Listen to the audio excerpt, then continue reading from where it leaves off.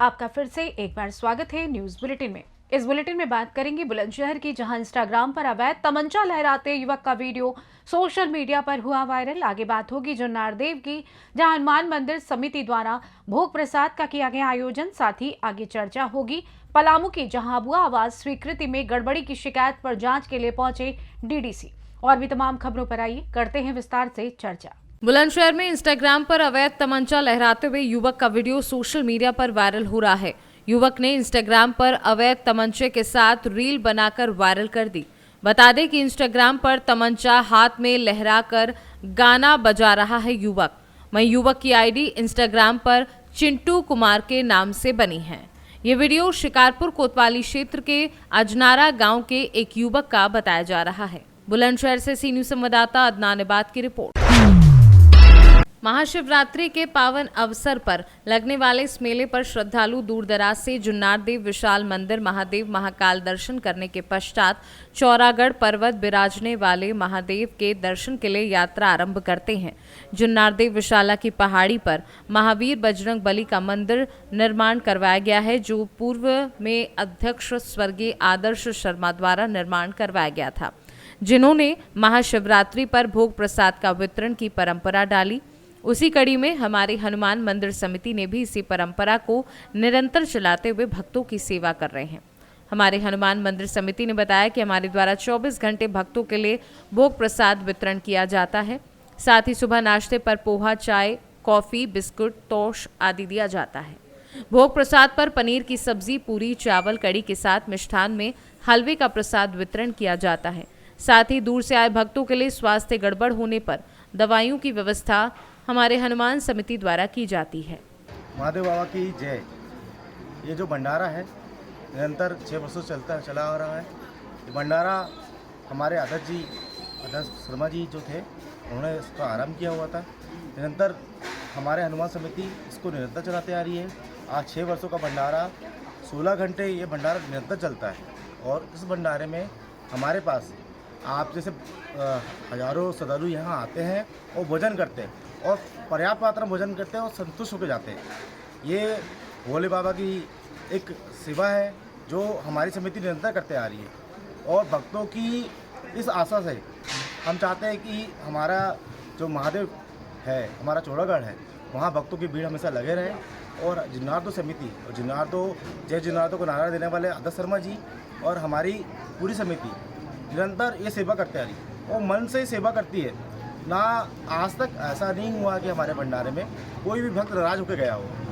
जैसे अग्रवाल जी, आपको बता दूं कि निरंतर सुबह जब हम पोहा खिलाते हैं आपको, सुबह नाश्ते में क्या देते हैं आप? भाई साहब अग्रवाल जी, हम सुबह नाश्ते में पोहा, चाय, बिस्कुट देते हैं। उसमें एक स्वाद सा होता है ऐसा कि जो लोग सुबह आते हैं वहाँ से दर्शन करने के बाद उनकी भावना जो होती है कि भाई साहब हम भी सेवा दे दें, हम लोग को भी मौका दीजिए। तो कुछ लोग ऐसे हैं कि भाई साहब हमको अगले बार हमको मौका दीजिए, हमको सेवा देना चाहते हैं। तो हमारे यहाँ जो भंडारा है वो भंडारा भोले बाबा की इच्छा से होता है।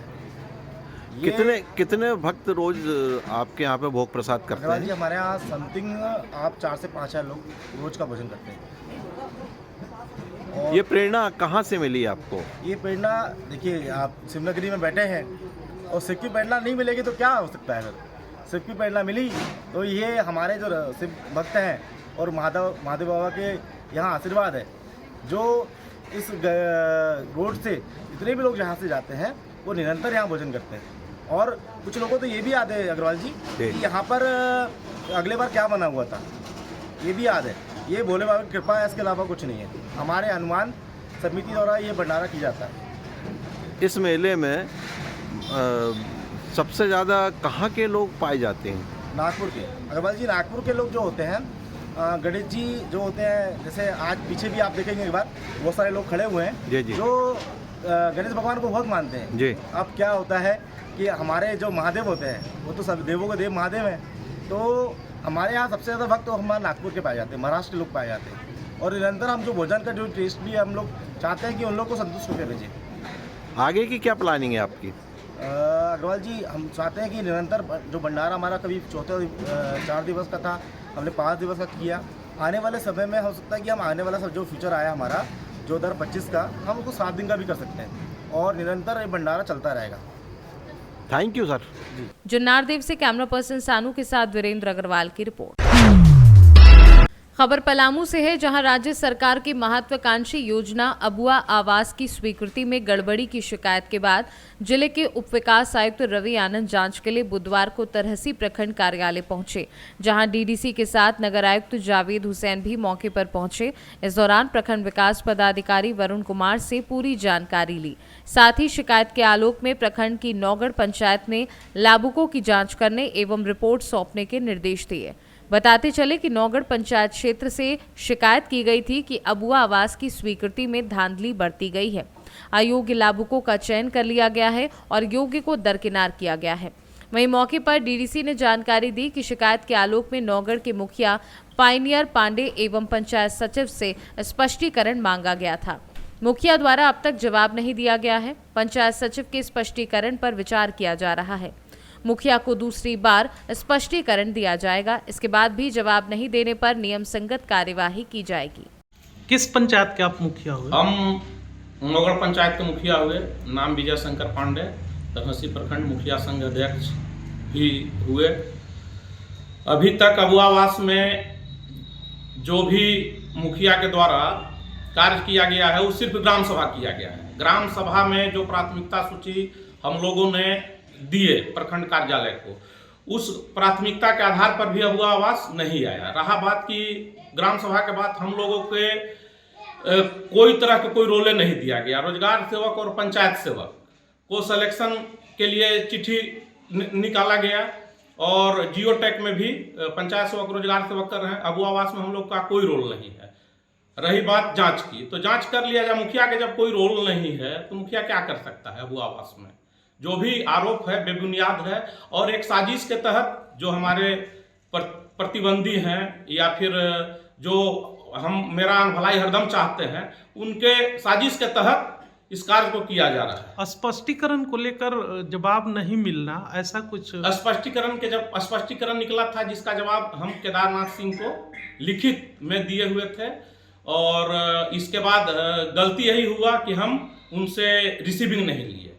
केदारनाथ सिंह से पूछा जा सकता है मोबाइल से कि स्पष्टीकरण मुखिया जी दिए थे कि नहीं दिए थे। इसका साक्ष्य बड़ा बाबू भी थे, अंचल कार्यालय बड़ा बाबू के सामने हमने स्पष्टीकरण दिया था। सर, तरहसी का निरीक्षण किया गया, सर क्या पाया गया?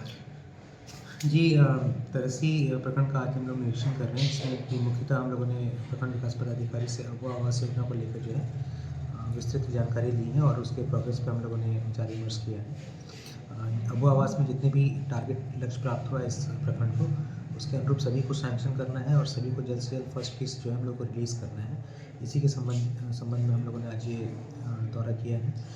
साथ ही साथ एक शिकायत भी प्राप्त हुई थी कि यहाँ की जो नौगढ़ पंचायत है वहाँ पे कुछ जनप्रतिनिधि के द्वारा और कुछ पंचायत सचिव के द्वारा जो है राशि लेके जो है लोगों को अबुआ आवास सैंक्शन किया गया है।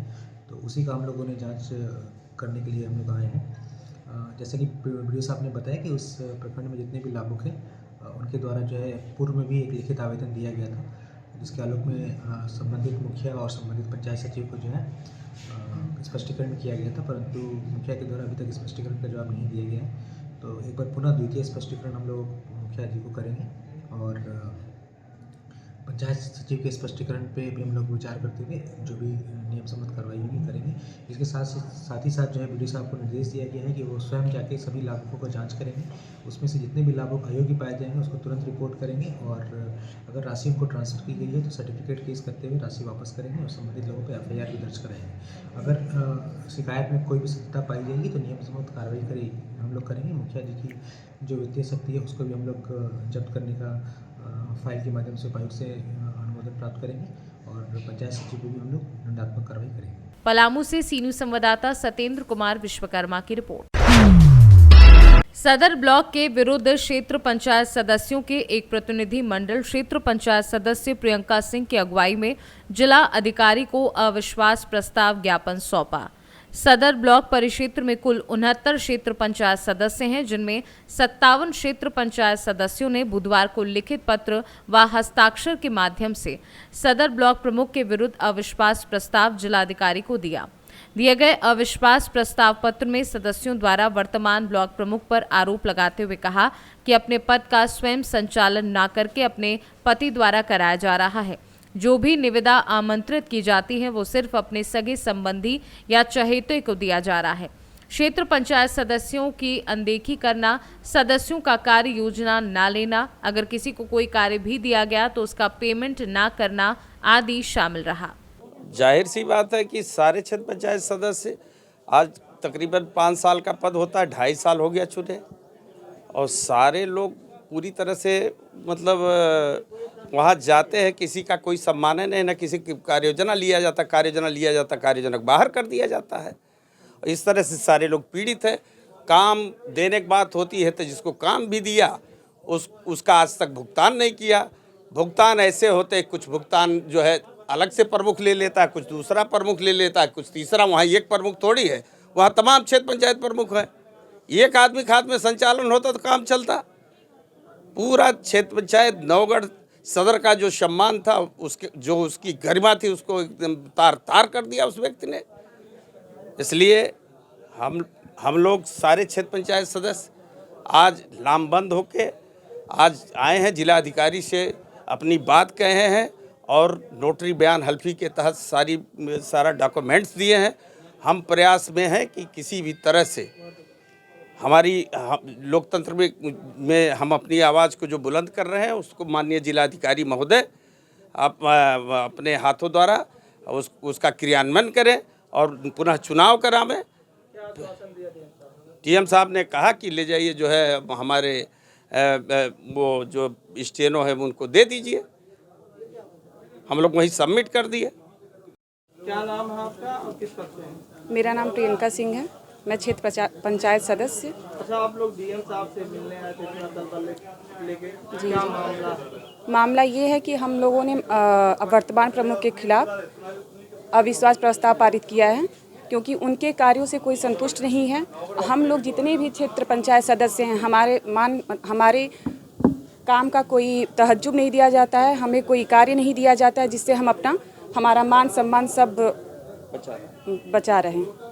क्या आश्वासन दिया गया डीएम साहब की तरफ से? डीएम साहब ने आश्वासन दिया है कि आप आगे काम बढ़ाइए, हम उस पर देखते हैं क्या होता है। लगभग कितने क्षेत्र पंचायत सदस्य से आप लोग ने मुलाकात? 56 क्षेत्र पंचायत सदस्य हमारे साथ हैं। सिद्धार्थनगर से सीनू संवाददाता धर्मेंद्र कुमार की रिपोर्ट। खबर सीतापुर से है, जहां राष्ट्रीय पत्रकार सुरक्षा परिषद का राष्ट्रीय अधिवेशन एवं पत्रकार सम्मान समारोह का आयोजन रॉयल होटल आवास विकास वृंदावन में किया गया, जिसमें पूरे उत्तर प्रदेश में हजारों की संख्या में पत्रकारों ने बढ़ चढ़कर हिस्सा लिया। कार्यक्रम का शुभारंभ मुख्य अतिथि लखनऊ महापौर सुषमा खरकवाल एवं संगठन के राष्ट्रीय अध्यक्ष देवेंद्र कुमार मिश्रा सहित सभी पदाधिकारी ने दीप प्रज्वलित करके मां सरस्वती का पूजन अर्चन कर किया। इस दौरान संगठन के मुखिया देवेंद्र कुमार मिश्रा ने अपने संबोधन में कहा कि संविधान में 4 स्तंभ होते हैं। पत्रकार शासन और समाज की एक अहम कड़ी है, लेकिन जिसे हम लोकतंत्र का चौथा स्तंभ कहते हैं वही आज खतरे से खाली नहीं है।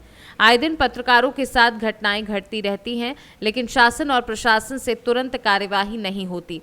उन्होंने अपने संबोधन में कहा कि अगर पत्रकारों को जरूरत पड़ी तो मैं अपने तन के लहू का एक कतरा पत्रकारों के हितों में समर्पित कर दूंगा और पत्रकारों के हितों की लड़ाई सदैव लड़ता रहूंगा। सीतापुर से सीनू संवाददाता अवनीश की रिपोर्ट। फिलहाल न्यूज बुलेटिन में बस इतना ही। देश दुनिया की तमाम खबरों की जानकारी के लिए बने रहें सी न्यूज भारत के साथ। हर खबर आपके साथ, आपके हाथ।